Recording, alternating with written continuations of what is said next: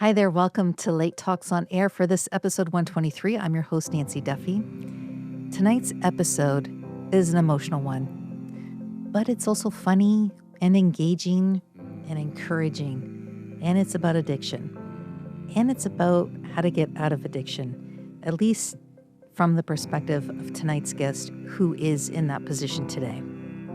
I couldn't be more pleased and happy for this good news story that I'm about to share with you all. So let's get you introduced. Bryan Blackmon is a son, a brother, and someone who's overcome a nearly 30-year addiction. He has a degree in audio and video production and plays a mean guitar. After turning the page on years of addiction and all the things that come with it, Bryan formed a community he calls the Crab Crew, a platform designed to build lasting personal change.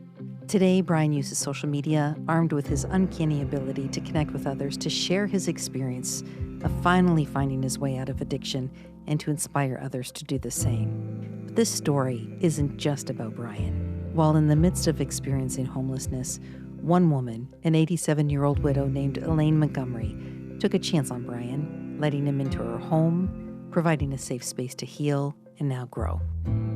I'm so excited for you to meet Bryan. Let's go to the conversation. So nice to meet you. It's very nice to meet you too. Bryan, you're the reason why I created this Late Talks on Air. What?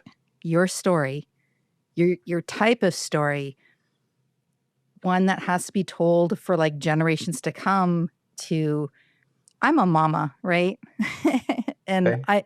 I have a son who's 31, and the issue of drug addiction, homelessness, people just in pain, it is everywhere. If you come to, I know that you're in Huntington Beach, or is that where you're at right now, Huntington Beach, California? Yes, ma'am. Yes. That issue, it goes across borders. It's everywhere. It's in every small town up here, and starting to creep in between even. And when I had moved to this big city, and I've always lived in the country. I'm a country girl. I grew up on a farm. I moved to the big city, and it was a college town. And I saw so many young people that were arriving in one way and getting caught up in a certain lifestyle in another to their detriment. And it was heartbreaking as a mom. So your story is such a powerful one, and I'm so happy you're here. Thank you. I'm so happy you're here. I'm happy to be here. I'm not going to lie to you. I'm excited about it. Yeah, right. So, okay. So let's start with your story. All right. What is Bryan all about today? And then we'll go back to the beginning and then trace back upwards. So you're a TikToker, but that's just what you do. You live in Huntington Beach. You have a beautiful story. I just can't wait to dig into it. But what does your day-to-day look like right now? Well, I kind of took a little time off of TikTok live streaming. The last couple of months, I've taken a step back because I was doing it for 2 years, and sometimes for a long time in the beginning, it was 7 days a week for 6 hours a day, and then making content, and then going through messages and stuff, and it was a lot. So I started taking Sundays off for myself, and that was great. And then I decided that, I don't know, I've been living life through this lens, right? And showing and growing and being and becoming in front of so many people that it just became my wonderful way of life. Like, I truly enjoy it. I've had so much fun with it. I've grown so much from it. At the same time, I needed to kind of step back and enjoy the sun on my face without a camera. Yeah. You know, be outside or go ride my bike or do just live life, I guess, simply put, without entertaining, I guess, the entire time. But man, it was so hard because I really missed doing it. Like, it was hard for me to not be going and doing, every second. But yeah, it's also the season for my other job. I have a degree in audio and video production. So concerts, private events, festivals, are in full swing right now. So I started doing that again and just kind of stepping back from the TikTok thing. But over the last couple of weeks, just getting back into it. Yeah, yeah. Yeah. You're a guitar player. Yes. Yes, ma'am. That was my number one passion growing up. Do you still play today? How often? I do. Not I used to you couldn't ever catch me sitting around the house without it in my hands. Is that right? Today it's kind of just whenever I feel it. I don't have to do it, which is weird because that's all I've ever known is just having to do it. Mhm. Um, but yeah, I still enjoy playing and messing around with it. Do you It's ever just write a your part of me. Yeah, do you ever write your own music? Like, do you I've ever Yeah, I've played in guitar in local bands my whole life. So yeah, I never played in like a cover band. It was just always stuff that we created. So yeah. Yeah. Yeah. Tell me what genre. Sorry, we'll start there because I'm also a music like, I don't play I have no talent in this area at all, but I enjoy listening to it. So, what genre are we talking? Rock? Are we talking like Yeah, a I like classic the rock or heavier type stuff.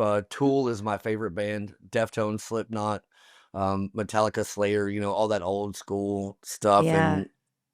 But I grew up listening to my mom was I come from a family of musicians on my mother's side. So I grew up listening to Merle Haggard, Conway Twitty, Willie Nelson, Alabama, that kind of stuff. And then my grandparents listened to a lot of really old 40s and 50s, like gospel type stuff, and then maybe 50s and 60s gospel. And then my Yeah. great grandmother, who was my favorite person on the planet, listened to a lot of like big band and jazz type stuff. And my dad was, all the 80s stuff, all the Mhm. 80 hair metal bands and, Like Bon Jovi. oh, yeah, Is that absolutely. right? And yeah, then my aunt was, Tom Petty, Roy Orbison, the Yeah. Beatles and, uh, REO Speedwagon, Journey, Foreigner, you know, all that kind of stuff. But, my music taste is just all over the place. I just love music. If it makes me bob my head or feel something inside, I love it. I don't care what it is. Yeah. I was a huge Alabama fan back in the day. There's I have one an song. Alabama T-shirt, Is that right? and not My the state. uh, when my father passed away, my dad was a truck driver. So the song at the end of his service was Roll On, like Ooh. Oh, yeah. yeah, oh, mhm, that Yeah. that just hit home. But all those other uh REO Speedwagon, yes. High school. All the Yeah. things. Yeah. Yeah, I love that stuff. I listen to, like Danzig and Sex Pistols and and, Depeche Mode and, all that kinda 80s, stuff as well, but, yeah, I just have always loved music. Yeah. You grew up in Texas? I did. Fort And Worth, Texas, born and raised, and, got sick of Fort Worth and moved to Dallas in my 30s mhm, and lived there till I was 42, about 31 to 42 years old, I guess, I lived in Dallas. yeah. W when did things I'm so interested in knowing this. When you first started going down the path and ended up in addiction, how old were you? When the addiction started, ninth grade. Wow. Um, what opened the door? Uh, a toss-up from a moment that happened when I was 13, and then skip ahead to my parents got a divorce when I was young, 12, 11, 12, something like that along those lines. I think I was 13 when I got shipped to my aunt and uncle's house, roughly, Mhm. to kind of see if that would get me out of trouble, shipping me out to, their house, but it didn't. They had a party one night, and I just stole a beer from them and went outside and was over at my neighbor's house, and he was about my age, and I slammed this beer, and I just remember being able to breathe. Yeah. It didn't start anything then, but I think it definitely planted the seed for later on in life because when I got into the ninth grade, it was just high school parties. Yeah. It was just what everybody does. Mhm. Wanting to be a part of that in crowd and, just have fun. But I don't know what that kind of fun is without taking it to another level. And so I started drinking and, taking shots and slamming beers and doing all that and started smoking weed. And then we started skipping school and we would start taking acid and skipping school and tripping at the park. And then I always hung out with the older crowd, Mhm. right? So I got turned on to cocaine in the ninth grade. Ninth And grade. Wow.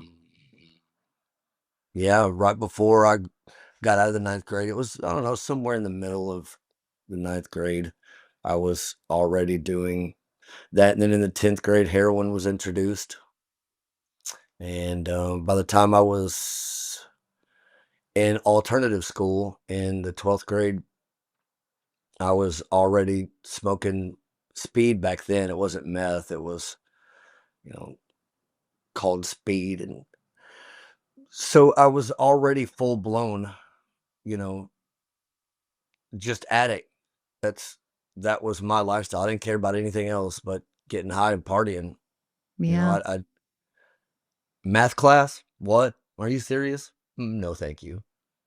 I wasn't that guy. I get bored in school, and they got shipped to a an alternative school. Mhm. And my mom worked for the school district, so I was always in trouble, and I could never get away with anything. Never could I ever get away with anything. One of my mom's favorite stories is, I don't know if it's her favorite story, but she likes to she likes it when I tell it. But the principal and her were so tight that he would come get me out of class. And one day he told me to sit right there. I'm going to call your mom. Do not move.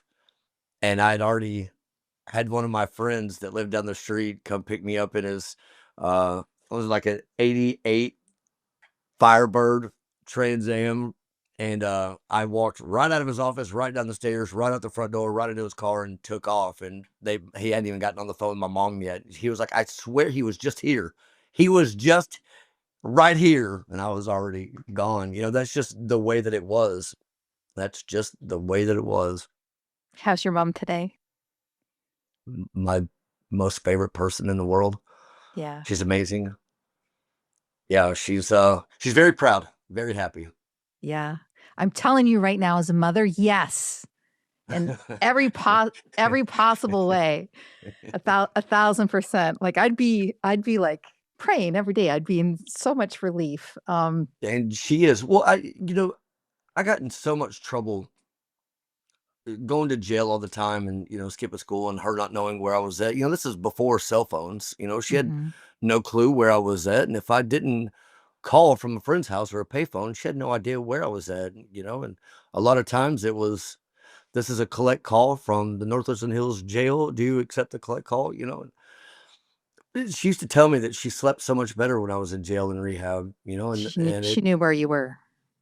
absolutely, Yeah. absolutely.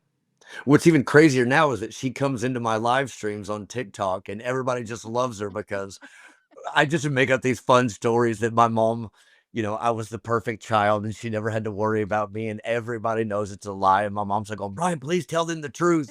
Stop doing this. If I didn't give her crap like that, she wouldn't know what to do.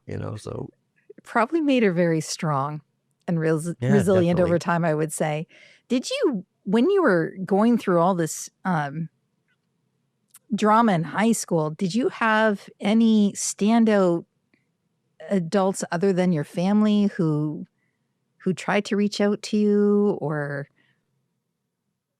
tried to take you under their No, wing? and my grandparents, Mhm. my grandfather in particular, would always pull me to the side and, when are you going to keep it between the white lines? I was the first born out of my mom and her two siblings. And I was the first grandchild as well. So I'm was always number one. Yeah. Okay. Yeah. Always number one. But I was always the one that, was the black sheep without question, and but yeah, my grandpa would sit me aside, and my aunt and uncle, like I said, took me in and tried to, help me out. But I just had no desire to live life any other way. I just wanted to take it as far as I could take it. Hmm. How far did you take it? uh, to some dark places. To some dark places. 18 months in county jail and prison, and um, you know, What state yeah, were you? What state were you in prison at, in Bryan? Texas. In Texas So prison. Yeah.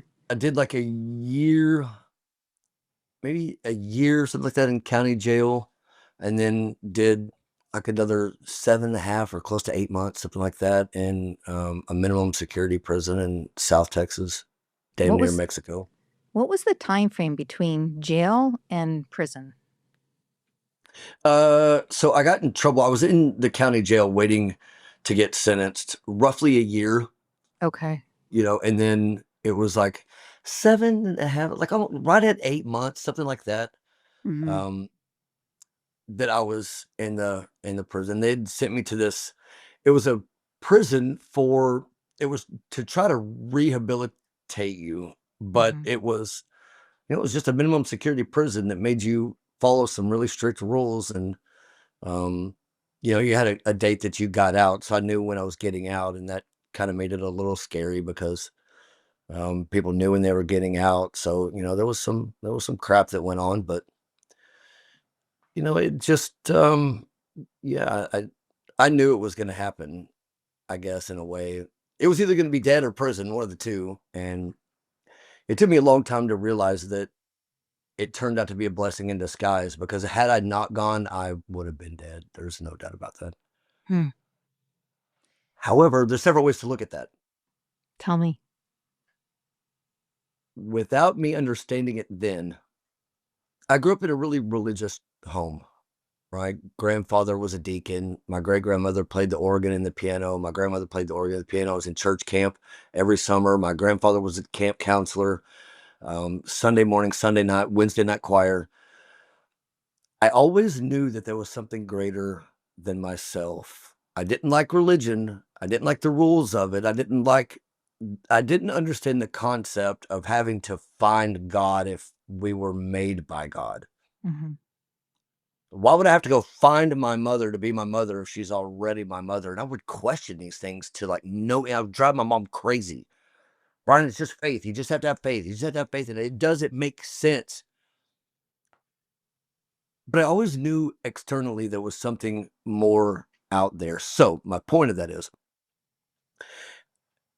I had to go through those situations. I didn't die because I was supposed to live, but I had to go to prison and jail and go through all that crap to look at it, to keep from dying, or to be where I'm at today, which is looking back at all of that and understanding that those were things that I had to go through to be able to have the peace and joy and gratitude for life that I have today.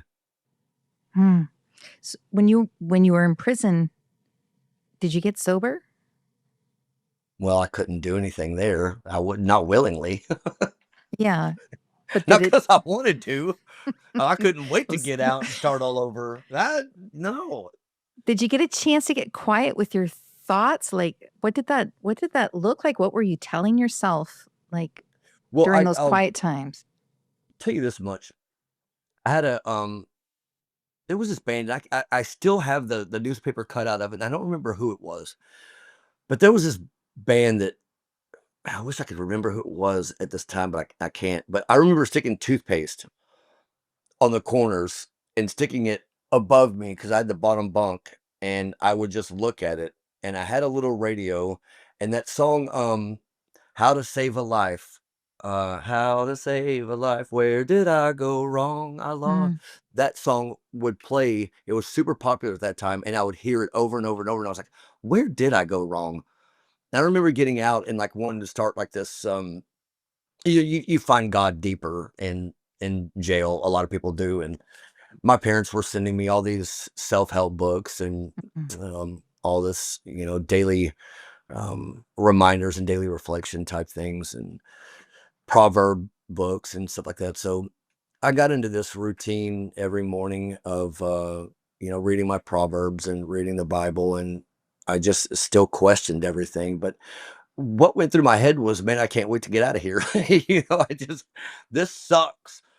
It was in South Texas. It was freezing cold, and I was in there part of the summer and part of the winter, and I hated it. I didn't want to go back, and I did whatever it took to not go back once I Yeah. got out by cheating the system, but I still never went back. Yeah, you said something very profound, and I mean very it really hit me, and it had to do with freedom, and it was so profound. It was something along the lines of I couldn't decide, almost like I couldn't decide what was worse, being addicted and free or being in prison and with no freedom. Do you like something along those lines? And I'm Something like, along those lines, yeah. yeah, and it was just so when did the scales tip for you? Like, when did I get sober? When did things change? When did you want to get sober? Never until 948 days ago today. So, I what never did wanted to get sober because I never wanted to be sober. Like, I never, all the rehabs that I went to in sober living homes and AA meetings and stuff, it was all for my mom or my family or for a job or, not for to get you? off probation. Yeah, it was, I knew what my plan was in the future. Like, I didn't, this was just to make my mom sleep a little better at night. It was to get a car back. It was to get back in her good graces, to let me back in the house, to keep, excuse me, to keep the job that I had, to get a job. But as soon as I got the job, I would go, right back to it. But never because I wanted to. Yeah. No, ma'am. You you were dating a young woman whose was her father an FBI agent. How did- I'm like, you had Yeah, that didn't work out too well. is that part of That didn't really work out for my benefit. please can you please share that story? Because I'm just like So I met this girl. somebody's watching out for you like like they have to be. I So didn't think that they were then. I can assure you that. no, But you wouldn't have seen that in being in your favor, but I think it was. no, I think it was definitely looking back on it, yeah, it definitely was. it was some So, sort it was like a divine intervention, but not in the form of the FBI. How did that happen? well, I was at that time I was selling a lot of drugs, like a lot of methamphetamines and a lot of marijuana, a lot of Vicodin and Xanax, and Did you sell them in part to feed the habit? oh Is that yeah, because I didn't want to go spend my own money on it. you I was always I'm sorry. I'm probably come asking on really now. stupid questions. So sorry. I'm sorry. I, I didn't want to work. What are you talking about?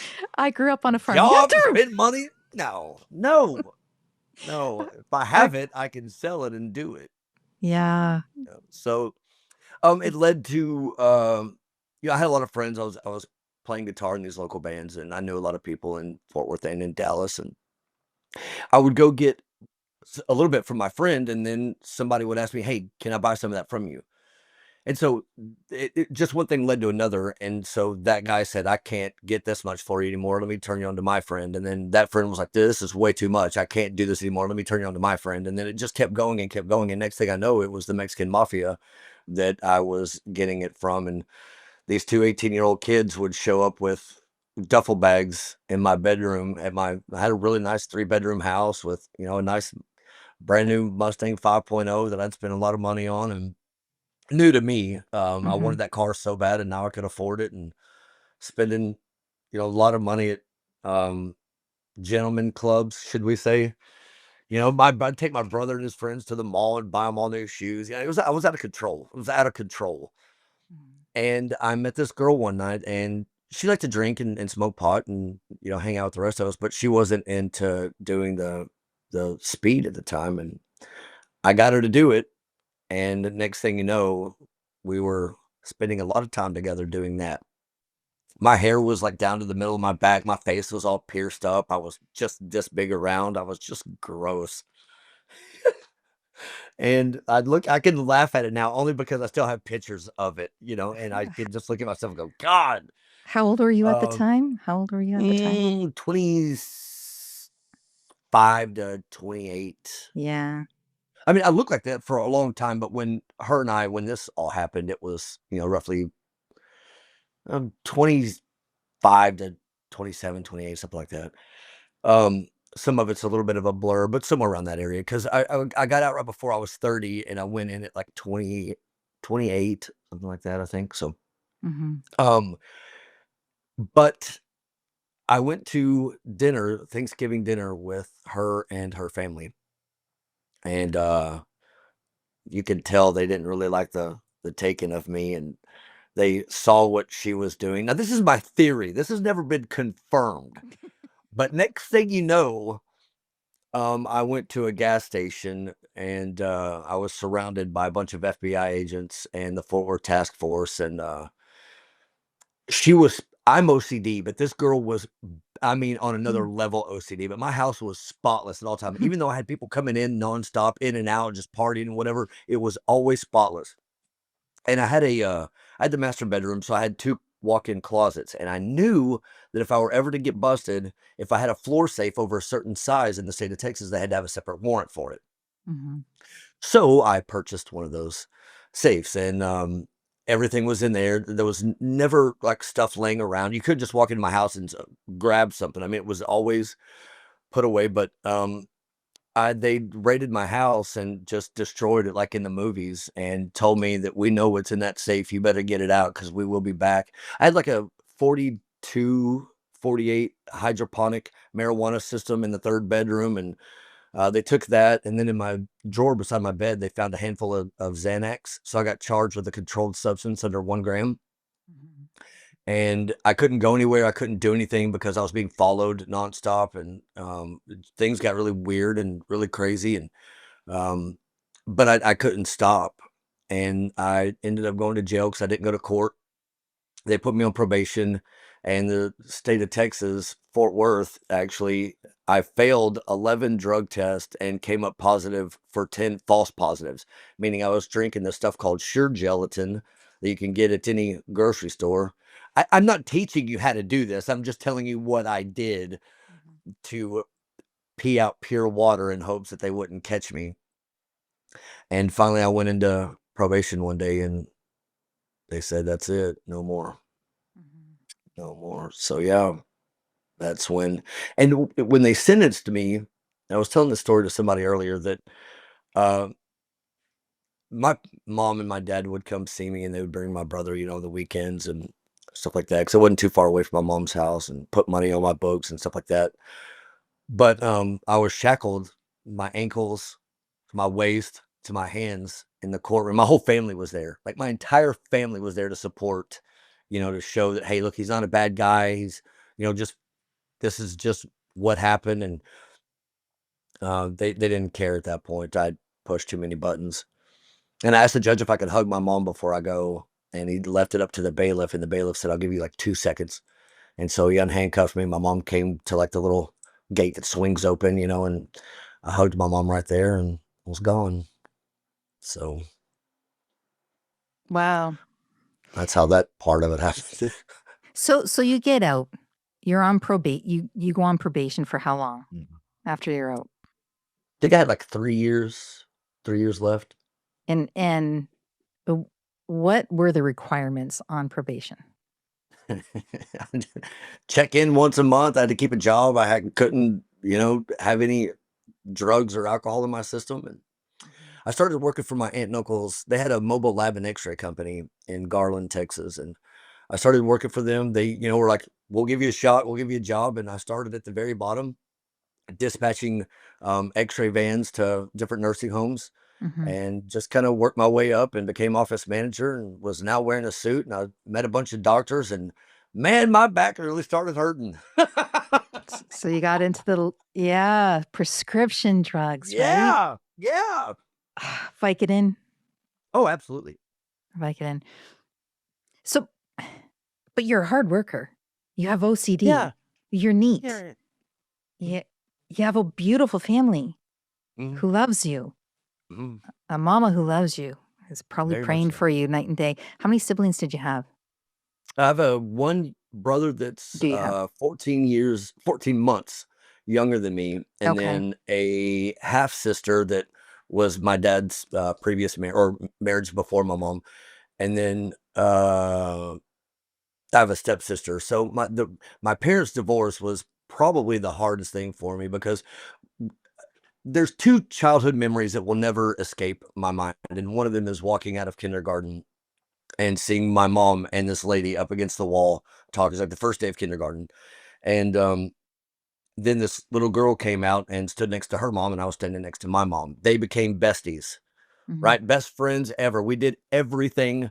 My parents and my brother did everything with Shauna, her mom, and her dad.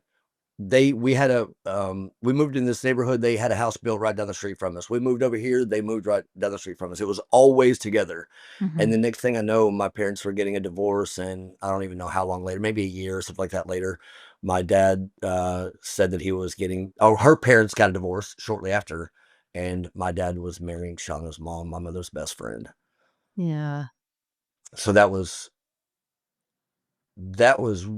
I guess anger, Mhm. and I was already getting into a lot of trouble. When that happened, like I said, I don't know, it's such a blur. 12, 13, 6th and 7th grade, roughly, Mhm. maybe into the 8th grade. But yeah, that's when I moved in with my aunt and uncle, to try to get me away from it all. My mom was devastated, obviously heartbroken. I think my brother was living with her at the time. And yeah, things were just, yeah, it was hard on everybody. Yeah, right? Yeah. Everything blew up. Hmm. So you start the Vicodin. Hmm. Yeah. You make it And I you can make it pass a drug test because I've got paperwork. yeah, right. So you obviously make it through your probation. Many of your the colleagues, for lack of a better term, friends, people that you were in the system with didn't make it through probation. You want to hear a crazy story? Yes. Yeah, Okay, please. so get this. So the day that I got out and was Mhm. released, we're in, I think it was San Diego, Texas, 'Kay. is what it's called. Okay. So me and three other guys get out. So there's four of us that get out on the same day. My parents had sent me clothes to get out in. Us four, they take us to the bus station, they put us on a bus and drive us back to the exact same halfway house. It was in Fort Worth, Texas. Mhm. So we all walk in the door, we all have the exact same rules. We're nothing but numbers to the system, right? We are all the same people having to live by the exact same rules. Now we're locked up there for the first 30 days. But while we were locked up, this one guard would say, dude, it made me so mad. Repeatedly, daily, he would say, one in four of you will make it. We'll leave the light on for the rest of you. Oh. And would just beat that into our heads on a daily basis. I would hear that nonstop. One in four of you will make it. So four of us get out. We go to the halfway house. We have to stay locked up for a month without going anywhere. After that first month, we start getting weekends off. We can leave during the week from, I don't know, a few hours to go look for a job. A lot of people would work for the Salvation Army, making just a few dollars a day. And I had a friend that owned a uh, a gas company across the street, and so he got me. These things just worked out for me. So he got me a job. I was making like $18 an hour right across the street, while everybody else was having to walk far down the neighborhood to go work for Salvation Army for like nothing, You right? see, Brian? Do you And see? his name is Doug, and he's like my stepdad still to this day. Him and my mom and my family, they all love each other. Doug really really helped me out. Doug was is a really good man, and but his office was literally across the street from the halfway house. So all I did was just like walk across the street, and I was making good money from 8 to 5 every day. However, we got to leave on the weekends. Mhm. So my girlfriend at the time would come pick me up. She lived in Fort Worth, and we would, do whatever we do on the weekends. And I was still, I would, partake in a few things and then drink a crap ton of water all day Saturday and all day Sunday before I had to go back. Because if I got drug tested when I went back, I would have, gone against my probation, and I would have had to go back. Hmm. My probation would have gotten revoked and I would have been in trouble again.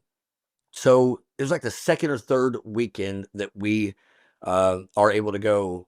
Maybe the first weekend, the first guy, his girlfriend has a party for him. He ends up getting hammered, doing whatever else, comes in, gets drug tested, probation revoked right then, goes back. One A out of couple three. weeks later, yeah, the guy that I got out with. Mm. A couple weeks later, same thing. Guy ends up going out with his girlfriend. They get into a huge fight. He hits her. Probation, the cops get called. He goes back. Now it's a 3-month program. So when we got out, we all went about our separate ways, but we still had to return there 3 or 4 days a week for groups and classes and all this crap. Like, to keep a job while being able to do this was damn near impossible. Yeah. Right. But I was fortunate that Doug allowed me to work across the street. And when I had these groups, I was able to get off work and go. So I didn't have this issue. So it was a couple months into going to these classes after we all got released. Um, the third guy, I don't even remember what he did, but he failed the drug test and he went back. What was the point of the story? You were the one of the four. One of the four will make it. Yeah. Pretty wild. That is. And how old are you at that time? Are you still in your 20s, or are you getting close to 30? No, I got out right before my 30th birthday because I remember I hadn't been out but maybe a couple months, and Yeah. I had my 30th birthday at my mom's house with my family, somewhere around there, Wow. 30, 31ish. What happens next?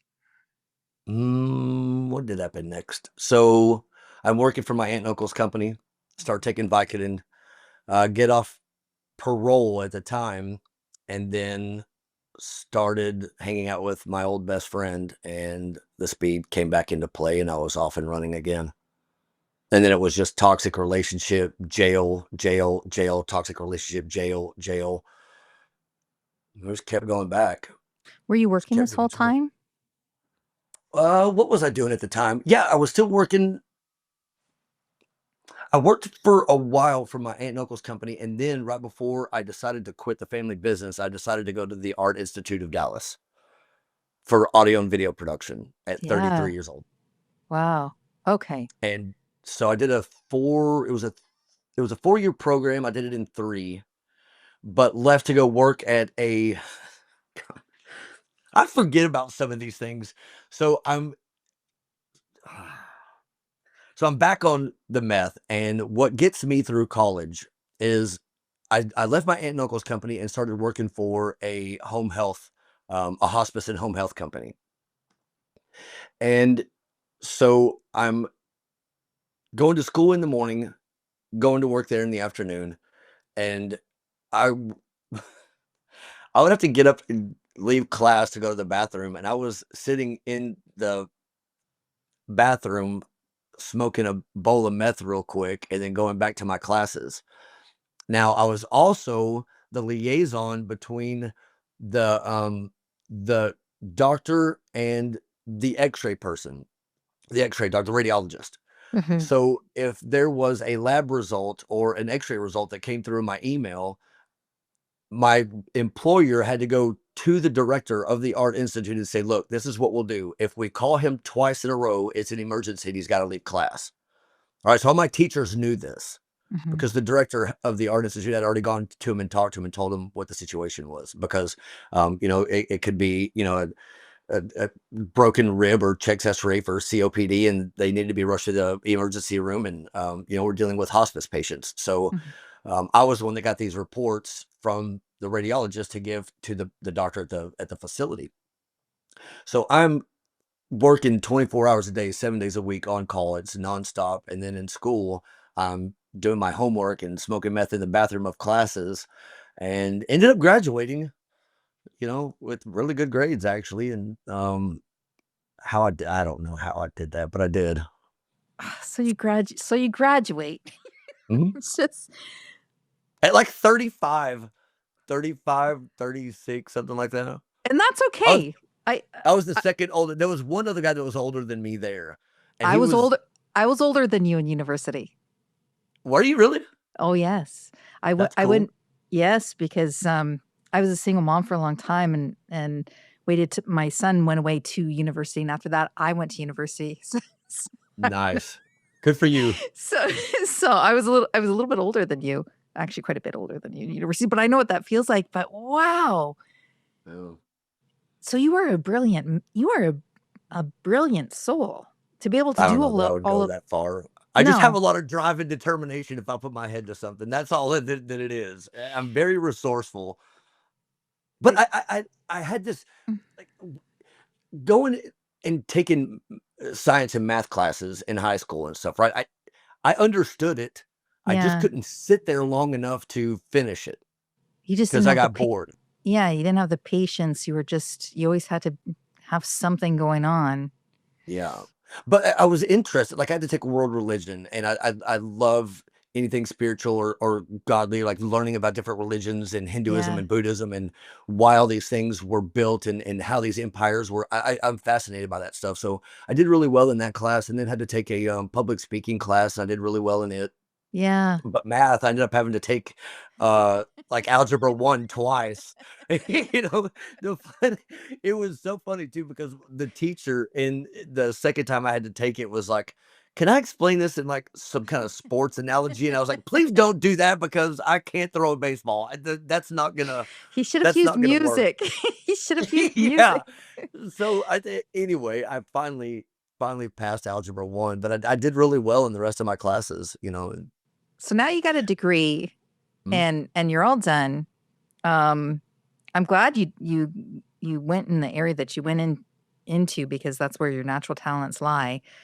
So that's wonderful. What happens next? How do you end up in Huntington, California? There's a big gap of things that happened from that point on. So, Give me the next there was increment. okay, there was a girl I met in my apartment complex when I was working for my aunt and uncle in North Dallas, and we became besties. She had a boyfriend, I had a girlfriend at the time. Mhm. Um, we always stayed in contact. Years later, I graduate and she ends up getting married, reaches out to me, wants some pain pills because she has Crohn's disease. Next thing I know, her and I are hanging out. We ended up hanging out one night, Mhm. and because she was married and had just had a kid, I told her that I couldn't do this. I was in love with this girl, in love with this girl. I wanted her 10 years ago, and I still wanted her today. And we ended up we kept doing it. And her husband found out and stripped away her child, got a divorce, and she went into a really deep, dark place, started using heroin really bad, and I would finding needles and stuff in my bathroom at my apartment, and so her and I are bouncing around from place to place. I don't have a place anymore. I couldn't afford to live anymore. I the hospice company I was working for ends up getting raided by the FBI because the owner, if you go look up Novus Hospice on YouTube and learn all about that story, it was Wow. pretty wild. So I ended up losing that job, and then everything is just haywire from. And her and I fought all the time. We argued all the time. I ended up getting put in jail. She got put in jail, and it was. I always had this dream to move to California. Like since I was a Mhm. little kid, I've always wanted to live in Los Angeles. One of these days, one of these days, one of these days. She goes to jail, and I had a friend that came back from Los Angeles that I knew in high school that said, "Hey, you got a degree in audio and video production." She was doing adult entertainment out here in Los Angeles and got into some trouble and needed to come back to Texas. And she said, "I've got some friends out there. Let me introduce you to my ex-boyfriend." So I flew out to LA and hung out in Venice and Malibu for the weekend. And I was like, "Dude, I'll be back." I was like, "Everybody says that. You won't be back. It was nice to meet you. Have a good rest of your life." Come back, my girlfriend goes to jail, and I've always been a big writer. Can I show you something? Yeah. Because this is a great Yeah. part of the story. Don't go Okay. anywhere. Hang on. I'm here. Where am I gonna go?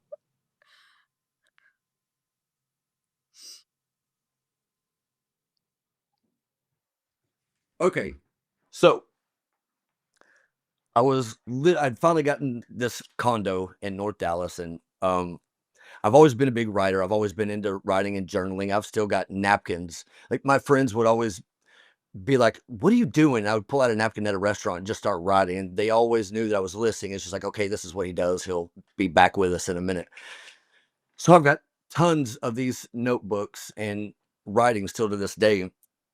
And it was pouring down rain, and I was sitting in my condo and going through all this. And I opened the very first page and I sat down and I wrote down every single thing I possibly could think about that I had to do. I had all these bills to pay. I had videos that I told people I would shoot for them. I had to find out whether or not I could take my little car all the way to LA. How much was the gas going to cost? How much was a U-Haul going to cost? So a storage room for, however long I was going to be out here. I mean, it turned out to be front and back, and it was 28 different things that I had to do, right? And Yeah. as you can see, I wrote California awaits you, California needs you, California awaits you, California needs you, and then I wrote $100 million all the way down it, right? Yeah. And this was the very first page in this spiral notebook. And for a year, all I did was do whatever I could to scratch one of those things off. And I'm bouncing around between jobs. And then this other lady took me in and tried to help me out. And so I one day was like, okay, this is it. You got to the bottom of the list I didn't and realize I was at the bottom of the list, though. I didn't yeah. realize that I had actually scratched everything off. I was like, okay, I got to go. She's in jail. She's about to get out. So she'd been out maybe a week, and I told her, I was like, hey, I'm leaving. No, you're not. You're not going anywhere. My family was like, oh, I think he's probably going to do it, and I put everything in storage, put what I could in my car, clothes, a guitar, and I went and ate dinner with my parents, Mhm. saw my grandparents, and took off. Had a bunch of drugs on me so I could stay awake the whole time, and went up to Arizona because I wanted to go see my favorite band, Tool. The lead singer has a winery and a restaurant and stuff in Arizona, and I've always wanted to go to it. So I was like, this is it. So that's what I did. It took me like a week to get to California. But when I pulled up, I met my friend Jamie, that guy that I'd met a year before. And I pulled up into Venice, and I walk into this nasty, just gross, disgusting. And I've been into some nasty hotels before, but this place was just wretched. And I walked in and I was like, I'm not staying here. I'd saved up a little bit. I had about $10,000 that I'd saved up, and I was like, I'm not staying here. Mhm. So we find this Airbnb in Marina del Rey, which is right next door to Venice. And we're in this huge high rise, and we get there and we're overlooking all these yachts and, the marina. We start unpacking, and I sit down at the kitchen table, and I pulled that notebook out of my backpack and I looked at it, and I'd crossed off every single thing on that list. So I wrote, what was the date on it? I always forget the date. It was 7/19 of 2020, July 19th of 2020. Oh, And I wrote, I am wow. here. That's Right during the beginning of COVID, like when I was driving to California, there was like nobody on the streets. yeah, because they weren't allowed to go to beaches or anything. Mm-mm. Ah. Okay, so one of the things that you sorry, I have a hair in my face. One of the things that I saw that you wrote there, California needs me. Hmm. What was that about? I don't know. You just yeah. I was messed up on drugs, man. I don't know. I just felt it. I don't know. I don't know. Wow, it's California needs you. California awaits you. I don't know. wow. Okay. Maybe it was that internal spirit that was already telling me something before I knew what it was. Tell me about Elaine Montgomery. Oh, Elaine, my little friend. An angel, Yeah. How my did you guardian angel. how did you because I feel there's probably a million stories between that one and Elaine. What's the time Yeah. frame between the two between those 2 points? So I've been here coming up on 4 years, almost 4 years, I believe. So I ended up being lost the house that Jamie and I were living in. Ended up homeless, sleeping in my car, sleeping in a tent in Venice. Went from Venice to Santa Monica, Culver City, Woodland Hills, Canoga Park. I mean, all the way around LA, and then was guided to Huntington Beach. I had some issues when I first got here with this house I was living in, and ended up being a that's a whole nother crazy story for another time, but it didn't work out. Let me put it to you that way. And so I got my money back. I was there for like 3 months in this house, and my mom thought that it was a beautiful home. I was living in Huntington Beach. I knew one person that lived out here, and I just drove out here and met her one day off a Instagram post that she made. And we kind of messaged back and forth a few times. And I was like, hey, I'm coming out to Huntington. And she goes, no, because she told me that her and her friend were going to lunch. And I was like, well, I got nothing to do today. I'm going to drive out there. And she goes, I don't know you. Like, I don't do that. But I did anyway. Yeah. And I pulled up to the restaurant they were at, and I was like, hey, Brian. And she was like, are you serious? So we ended up becoming friends. And she would let me come over and take a shower and eat there, a couple times a week. But for the most part, I was sleeping in my car right here, down the street from where I'm at right now. Mhm. And working in LA, so I would drive back and forth every day from LA to back to Huntington and sleep in my car. And sometimes I would stay out there because I would just go to job to job to job. Because I'd get off of one, I'd go to another one, get off another one, and go to that one, and I would come back here and go to sleep for a little bit and then do it all over again. Taking showers in the surfer showers down here, and getting ready in the bathrooms, brushing my teeth, washing my face, changing my clothes, and Yeah. drinking a lot.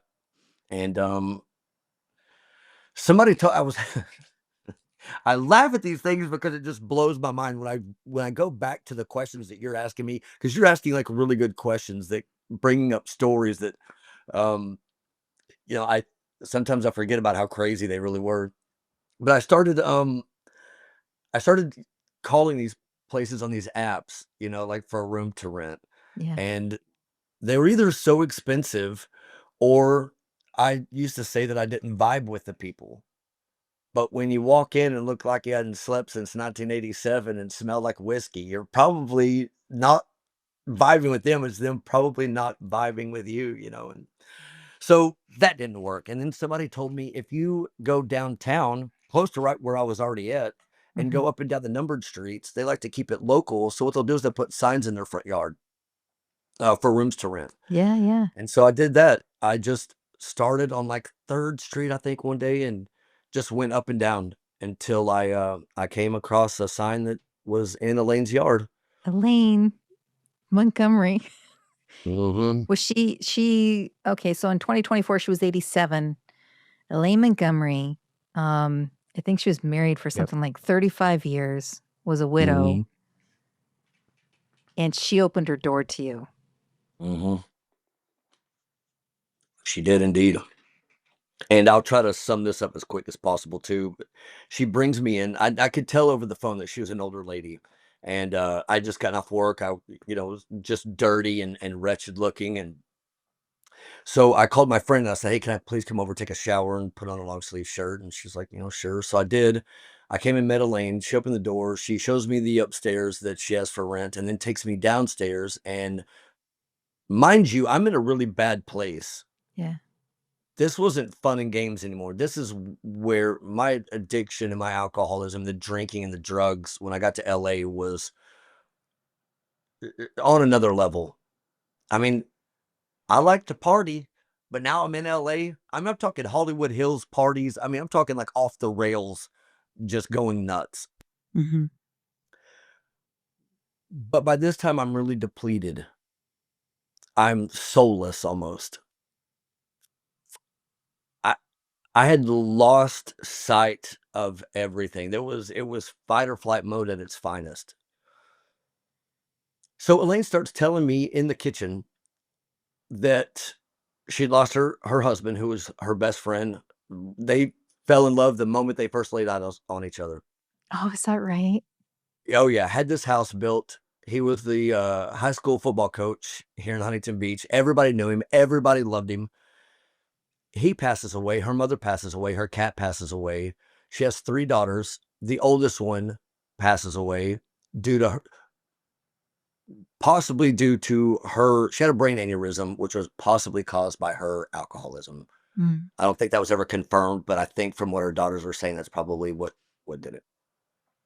The other two daughters are in recovery still to this day. And then she had two grandsons that both OD'd on fentanyl. Now, this woman is telling me this in the first 10 minutes that we met each other, and I'm sitting on the other side of the kitchen bar fighting back tears like, why is this happening? Yeah. Why is this lady telling me this? Not to mention, there was something about her that reminded me of my great grandmother. She passed away at 89. She was like this little bitty tiny thing with this like red orangish hair, and Elaine is like the same dimension with this red orangish hair. And so there was already that going on. And I'm Mhm. just tired, and I'm fighting tears. And then she tells me about her heart transplant. All, all this is going on, and I'm like, why is this moment? This is crazy. She tells me that there's another guy that had already called before me that she promised he could look at the room the following day. She said that she would call me and let me know what decision she made after he came and looked at it. Mhm. Never heard from her. At this point, my mom had no idea I was homeless. So when I left Elaine's that first night, I parked across the street. I got in my car and I called my mom and I told her the truth. Now, my mom is upset, freaking out, crying. What are you going to do? Why didn't you tell me? You're going to have to come back to Texas, blah, blah, blah. I said, it's just another part of my story. It's just another chapter. Like, I'm not going to be homeless forever. I'm just going to start on the next street tomorrow if this all goes wrong. You know, it's just, it is what it is. Yeah, it's not over. So about 10 minutes later, Elaine calls my phone. No, no, no, no, no, no, no, no. The next day I get up, I go to work. I go park my car across the street. I take a little nap. I go back to LA. I go to work. I never heard from her. My mom is calling me all day long or texting me saying, hey, did you hear anything? What's the deal? What's the deal? I get off work. I come back over here. I call Elaine and I said, hey, it's Bryan. I never heard from you. You know, what was the decision? And she said that that was a friend of her daughter's from high school. So she was going to give him the place. So basically have a nice life. Mhm. Then I called my mom and told her the truth. My mom really was upset at this point. And I hung up with my mom. About 10 minutes later, my phone rings. It was Elaine. And she said, are you looking for a place long term or short term? And my answer was roughly like, I'm looking for a place to rest my head. Like I can't, like I need a place to rent. I'm looking for long term. And she said, okay, I'll let you know tomorrow. And so I pulled back across the street, went to sleep for a little bit, and early that morning, oh, 6 or 6:30 that morning, my phone rang, and it was Elaine. And she said, "Are you asleep in your car right now?" And I said, "No, ma'am, I'm up. I'm fine." And she was like, "Don't lie to me. Do not lie to me." And I said, yes, I'm asleep in the back of my car."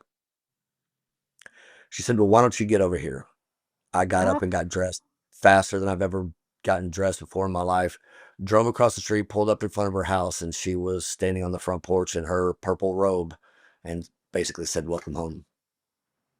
And then she said, where's my money? So I left immediately, went to the bank and pulled out her money and brought her cash back. And that's where it all started. Uh, oh wow. You know, she's a brave woman also, Oh, absolutely. you know, living Yeah. by herself. Like she's brave. She's courageous in a sense. She gives no F's whatsoever. She ain't scared of nothing. Yeah, right? Nothing. But yeah, I could have been this. Like, she didn't even know I had tattoos because I had wore a long sleeve shirt. And Mhm. she told me shortly after, she goes, if I knew that you had tattoos, I would have never let you live here. Did she know that you had an addiction problem at the time? No, no, no No, idea. she didn't No. know. And I was even stealing alcohol out of her and her 94-year-old boyfriend's alcohol cabinet in the living room. Like, I don't know how she didn't know because I always smelled like alcohol. Like, there's no way you could have not known that. But she told me that she never knew. She said I must have hid it really well. But when I moved in here, because I now had a roof over my head, Mhm. that's when the drinking and the drugs, like the DMT, I was doing a lot of DMT and um, a lot of smoking meth, and I secluded myself for the first time in my life. Like Mhm. I've never not been around people. Mhm. People are just my thing. People are my jam. I was always surrounded by a lot of people. I love entertaining. I love being around people. But this, I secluded myself for the first time ever, and things got really dark. Really, eh? Hmm. And this is before you start really getting to know Elaine? Yes. We were getting to know each other because I just found her fascinating. Like, I was Yeah. always talking to her, like, "Hey, what are you doing?" And then it was I chore I after chore after chore after chore after chore after chore after do this okay. after do this after take me here. What did you call them in your videos, the chores? Demand the duties. Well, that's what she is. She's a demanda, not an Amanda. She's a demanda. So I call her demand the duties. You're funny too, Bryan. Oh, thank you. You're very funny.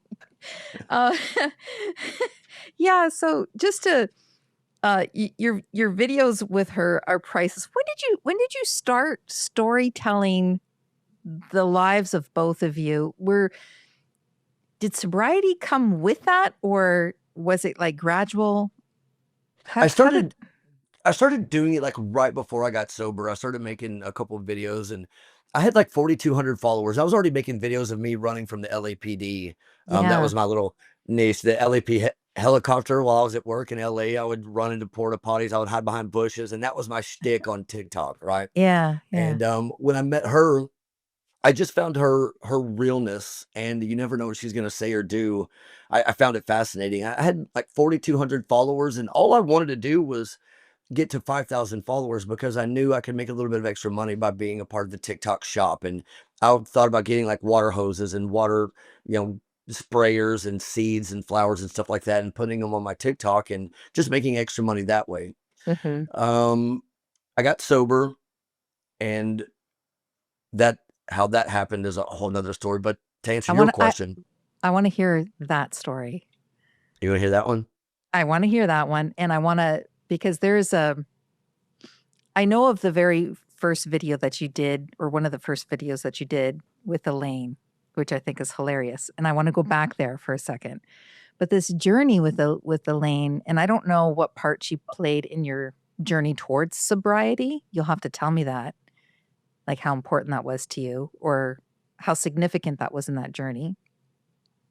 I think the place to stay and the openness and just accepting you, I think that might have been or probably would have been a large part of it, but you tell me. So,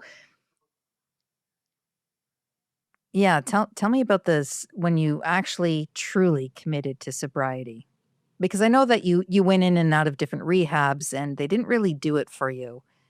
Mm-mm. And Never, yeah, so never. that was almost like Well, just school, right? So, yeah, exactly, exactly. So mm, I started just kind of noticing people, guys and girls that were at the grocery store or walking down the street, and they had like this non-methamphetamine, drunken, suppressed look to them. They had like a mhm, sparkle in their eye, and I mhm. just kind of started thinking, man, I really want that.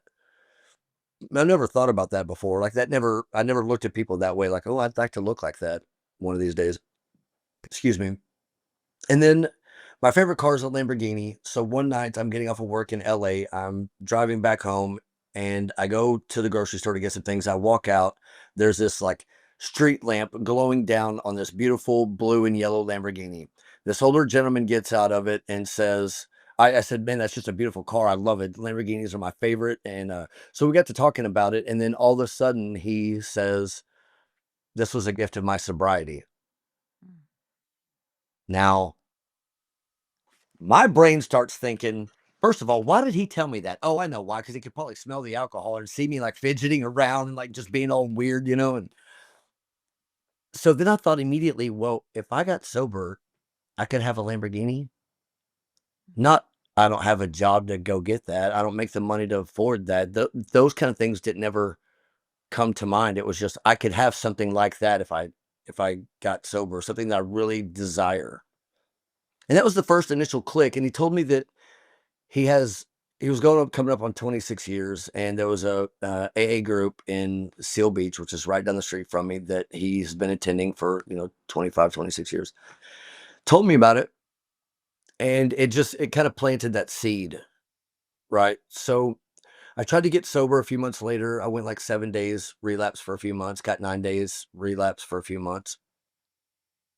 And then I started going to the meetings just out of nowhere. I just started showing up and I went there for like a week and I was still partying a little bit. And then one morning I woke up and I was brushing my teeth and I looked in the mirror and what was looking back at me was a lifeless, shellless Brian that I was um, it was hard to look at.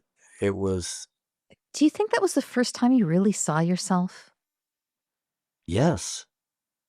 Right? Yeah. Like that Yeah. first little in that inkling of self-awareness, like, wow, like, To the depths of my soul, like looking into my eyes, and I was like, "Ew." And I started getting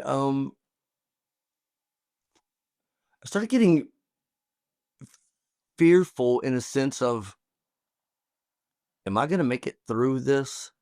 Not mm, getting sober. Am I gonna make it through this experience? Like, what's left for me to do?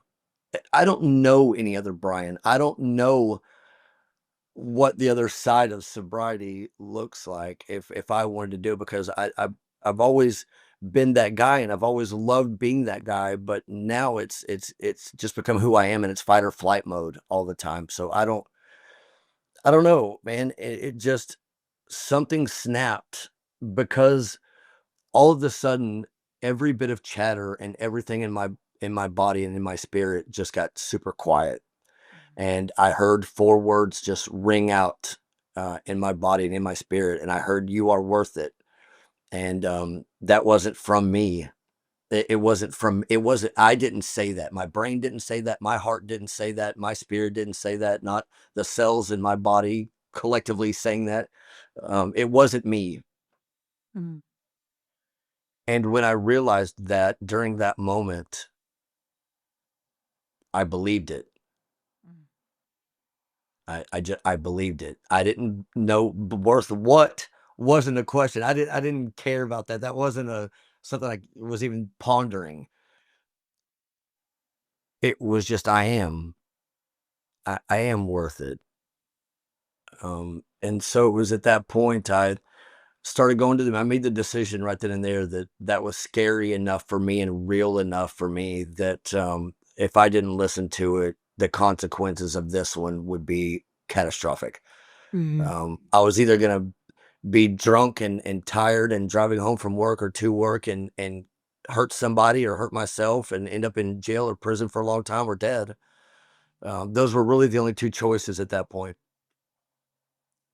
So, I started going to the meetings again, and, I remember raising my hand at the first time I went in and actually spoke, and, I just said, "I'm tired," with tears rolling down my face, and I got into a sober living home, but it was a couple weeks before they had a bed for me. So I just kept going to the meetings. I was going through really, really bad withdrawals, really, really bad withdrawals.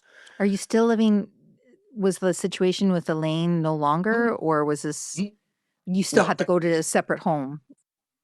yeah, it was a sober living home in Santa Got it. Ana. Got it, But got it, what got it. I told Elaine Yeah.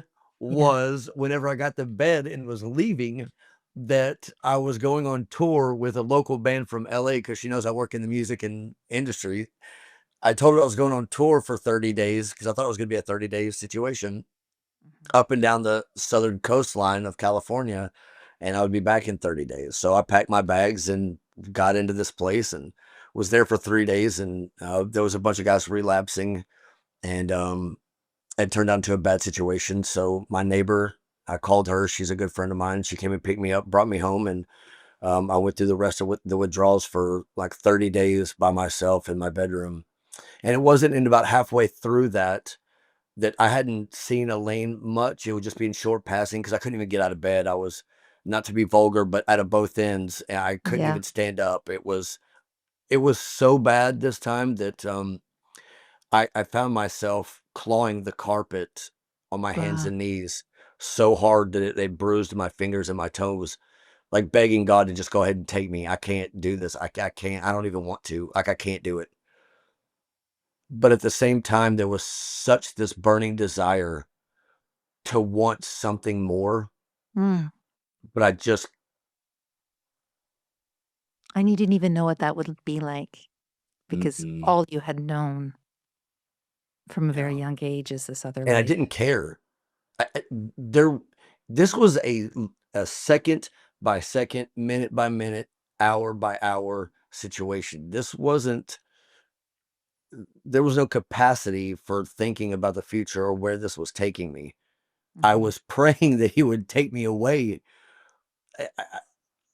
So thinking about the future or what could possibly be the outcome wasn't, part of my situation. So I started feeling really guilty about having this opportunity in this house and the situation with this lady who took me in, not knowing me and not knowing who the real person was. That I have values and morals, and I treat people with respect, and I love people. I don't harm people. I never had to do that to feed my addiction. That's just not who I have ever been. Um, but I felt guilty about her not knowing the true person that was living in her house that she had given this opportunity to. And I was terrified that she was going to kick me out, but that was the risk I was willing to take. And so I went downstairs and I sat on the couch with her and I was just half dead. And I said, "Hey, I didn't really go on." When I got back, she's like, "You're back early." And I was like, "Oh, yeah, the tour got canceled. It didn't work out. I'm back. No big deal. I'm going back up to my room." And so I told her the truth. I was like, "Look, I'm a really bad alcoholic and I've been using a lot of drugs in your house. And I'm sorry. Um, but I'm going through some bad withdrawals right now, and this is like I don't know what's gonna happen, but it's pretty bad." And she said, "You're like my family at this point. I love you. Um, Go back upstairs, take care of yourself, do whatever you need to do, and if you need anything, you know where I'm at." So I came back upstairs and I finished it it was a little over 30 days. I think like on the 30th or 31st day, I went back to the meetings and told everybody because the guy, Barry, I ended up seeing him at the meeting before I left to go to the rehab. And he said, "Bryan, if you go away for 30 days and you come back, I'll take you to lunch in Newport Beach. We'll go eat somewhere really fancy, really nice. I'll take you to lunch in my Lamborghini if you make it through the 30 days." The guy with the So, Lamborghini. yeah, yeah, yeah, yeah. So I saw Come him there. on. Come Yeah, yeah, yeah, yeah. on. Yeah. So he told me, he said, "Look, if you complete this program and you make it through 30 days, when you show your face back here, if you're still sober." And he did. He did. He came and picked me up and we went into Newport, the whole PCH beautiful drive up and down the coast and took me into Newport. And uh, he started becoming like, a friend. And then I kind of made some friends there and did the whole AA thing for a while. And then TikTok happened. But Yeah. Yeah. Oh, Bryan, I'm so glad you're here. thanks. Glad to be here. Sometimes when you look at the sheer destruction all around us, I'm like, give me a good story. Give me a good news story. Like something I don't want to see us keep losing our young people and adults and to something that didn't have to be. It's a shame because Yes. you don't know what each gift of each soul brings. A cure, somebody like you can now have the opportunity to be somebody like an Elaine for somebody else. What Elaine was to you, what she's to you. All those opportunities when people don't make it to the other side, those are all lost. And we need more Elaines. And oh, she brings Yeah. tears to my eyes. You guys both bring tears to my eyes. My God. One of the I'm gonna things that start. always fascinated me about this entire situation was the generational help. Yeah. Why did she, and I'll tell you her answer because I've asked her several times, why did you accept me? Like, why did you allow me to move in with you? Mm, She grew up in church her whole life too, still goes every Sunday. She mhm. said God spoke to her and said to do so. Wow. But we never know what the other person in this life is going through. Huh. And it's so important that random acts of kindness, and I mean as simple as holding a door open for somebody when you're walking into the grocery store, the convenience store, Arby's, Taco, whatever it is. We paint these pictures of our lives through Instagram and TikTok and Facebook, and um, everything is a filter, right? You're on vacation with your husband and your wife and your kids, and it's just this beautiful scenery and everything's perfect looking. Little do we know, some of these people may be going home and going to sleep at night praying for a change because they're at their wits' end for whatever reason, doesn't matter. 1,000%. Right. And are barely hanging on, they're praying for just somebody or something to happen. You never, ever know when you're going to be that random act of kindness for that person that's barely hanging on by a thread just because you have a suit on and a car and the beautiful wife or husband and kids. Mhm. Yeah, That's not the whole story. you're right. It's despite, you know, when we see people that are in conflict, you watch TV, you hear about politics, you hear about all the things going on. At the end of the day, we're just humans. And I don't care what class of society you're from. I don't care. Do you know what I mean? Yeah, I know Like exactly what like you mean.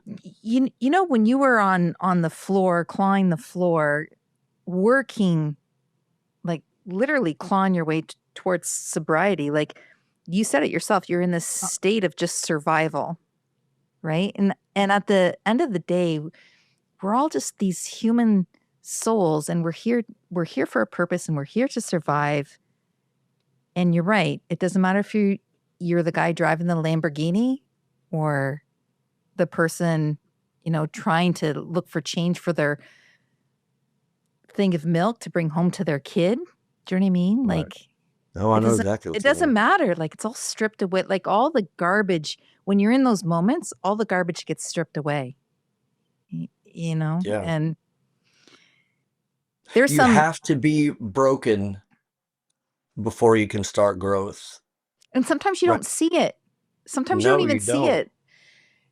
We go about our lives and we don't think about these things. The packages, they get delivered by Amazon, that like life just goes on, and it seems like we're living for the image that we put out there versus the real thing, and that's a shame, you It is know? a shame because if you're going to be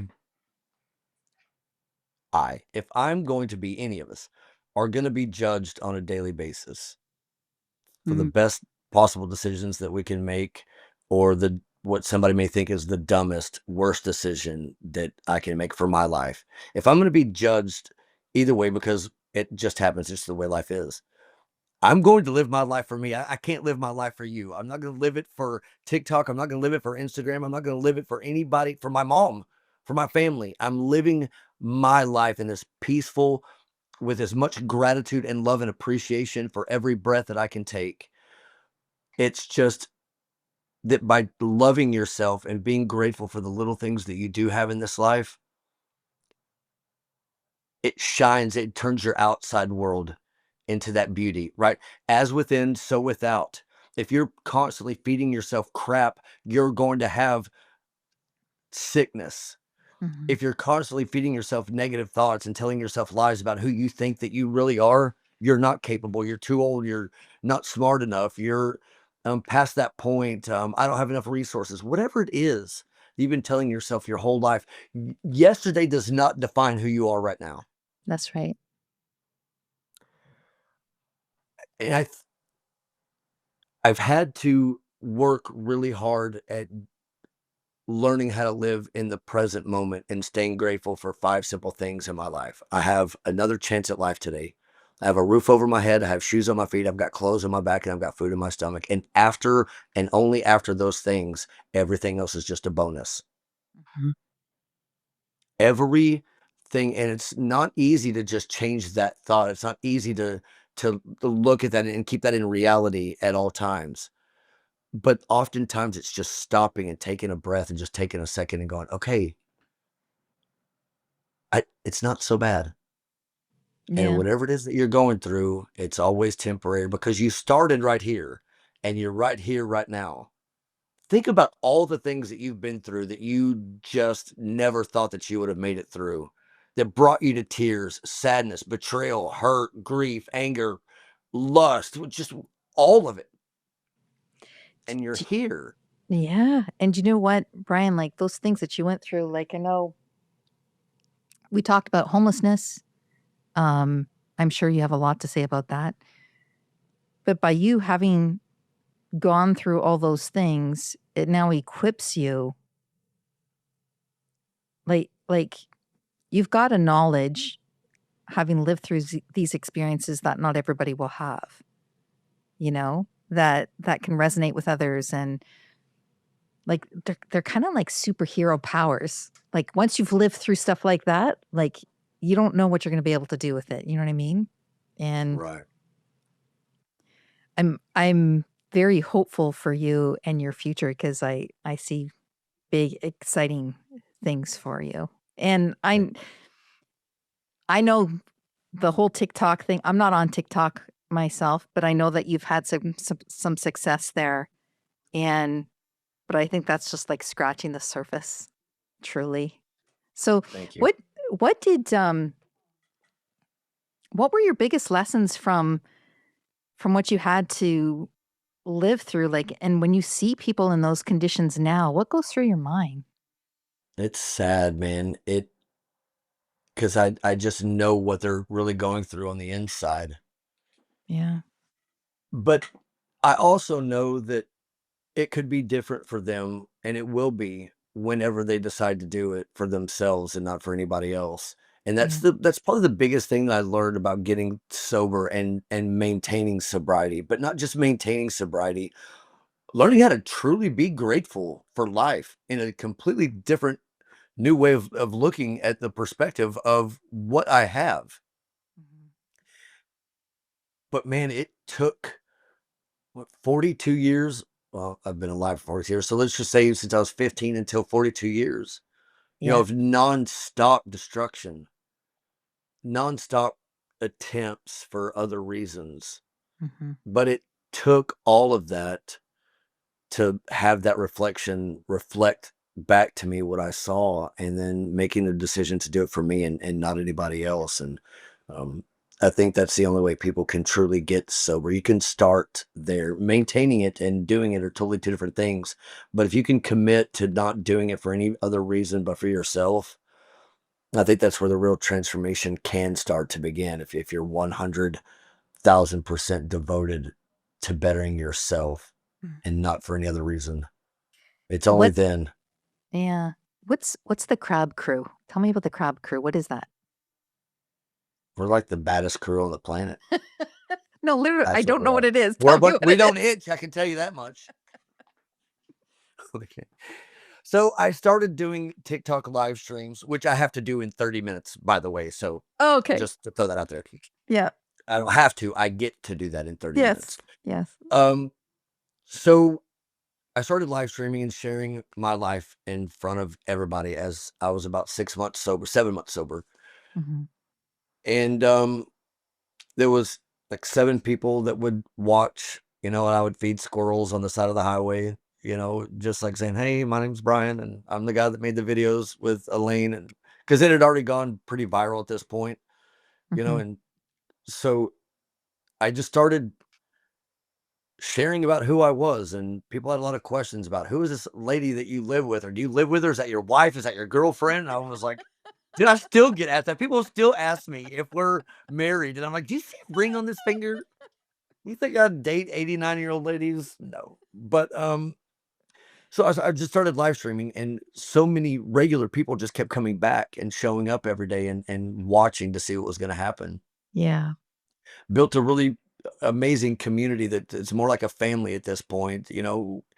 I've got a Discord where, so many people just help each other and share fun, cool moments and memes and stories with each other and their cats or their dogs and promote their businesses. And it just became this thing that was much bigger than what I had ever thought it could be.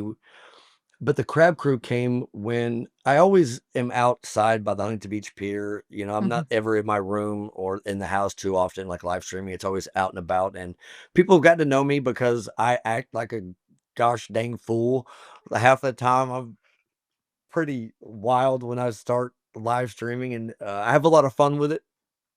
And, so this lady had sent me this gift that turns your screen into these fun things, you know, and, um, it this crab came and danced on my head, and it started doing this thing, and I just said, "Oh, really, Kari? You gave me crabs right here on TikTok in front of everybody?" And it just turned into this funny thing, and so everybody started sending me this crab, and I would, make fun of the guys for doing it. "Really, you're giving another dude crabs?" I mean, it just turned into this thing. Yeah. And next thing I know, I'm getting gifts at my PO box from all around the world of crab socks, crab boxers, crab t-shirts, crab bubblers, crab blankets, crab keychains, crab everything. And it was again that voice internally that was like, "Hey, do some research on the crabs." And I found out that they're resilient, they're adaptive. They can claw themselves out of a hole and redeem themselves. And a lot of times they can just stop Mm. and look at the situation and form their next move.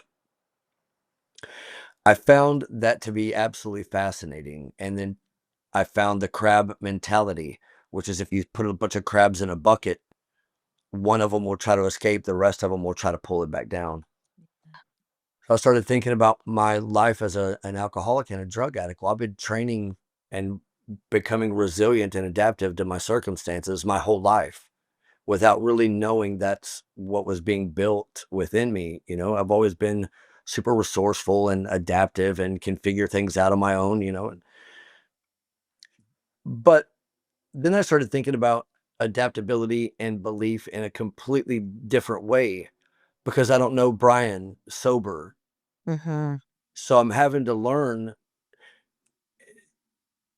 I'm driving a truck my whole life, throwing every bill and beer can and drug baggie and pipes and relationships and sadness and anger and all these things in the back of my truck. I get sober, I slam on the brakes, and everything lands in my lap. So now I'm having to deal with all this stuff from the past. I mean, taxes to catch up. I mean, just everything hit me at once. So I was learning how to be adaptive and resilient and getting myself back up. And I realized that sometimes just getting back up is enough for that day. I didn't start looking at things as I have to just make these. Oh, I've decided to get sober and I've got a little bit of time left. Now I just need to tackle everything and just go.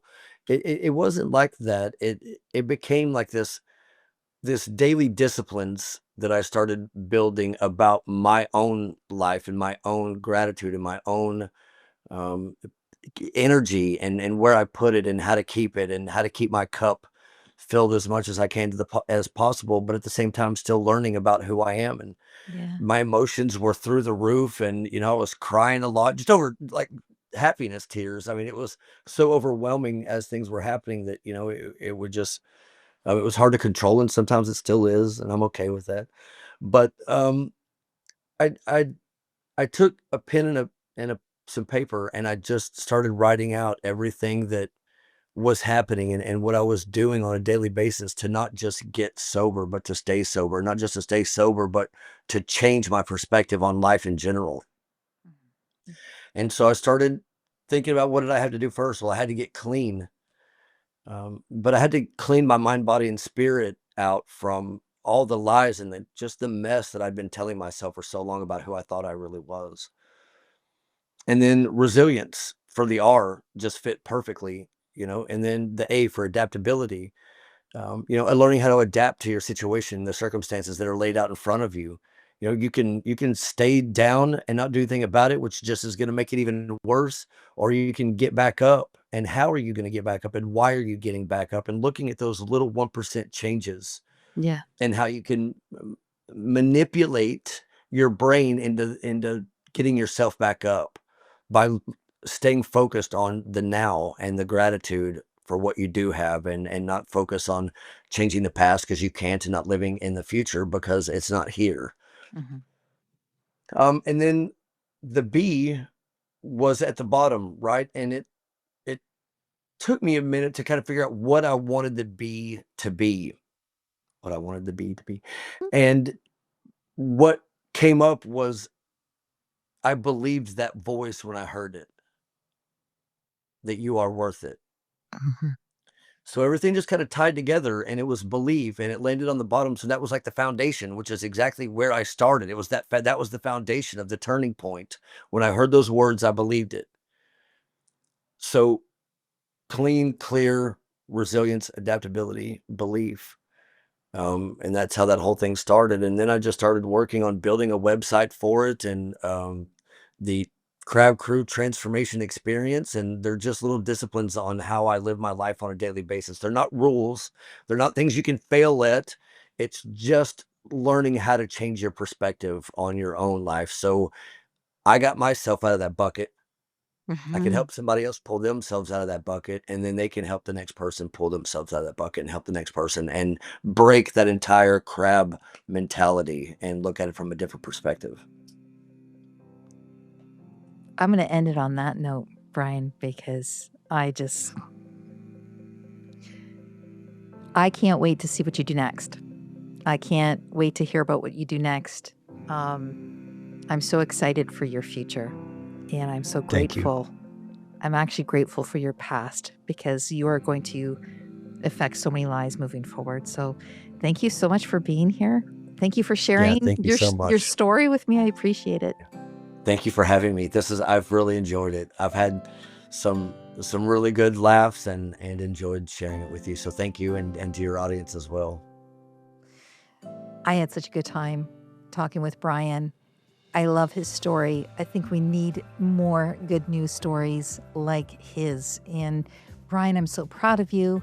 Again, I'm so glad you're here and keep doing the work you're doing. We are all rooting for you. So you can watch Bryan on TikTok at Bryan Blackmon to join his community there. And you can also check out his website at crabcrewlife.com. So that's crabcrewlife.com.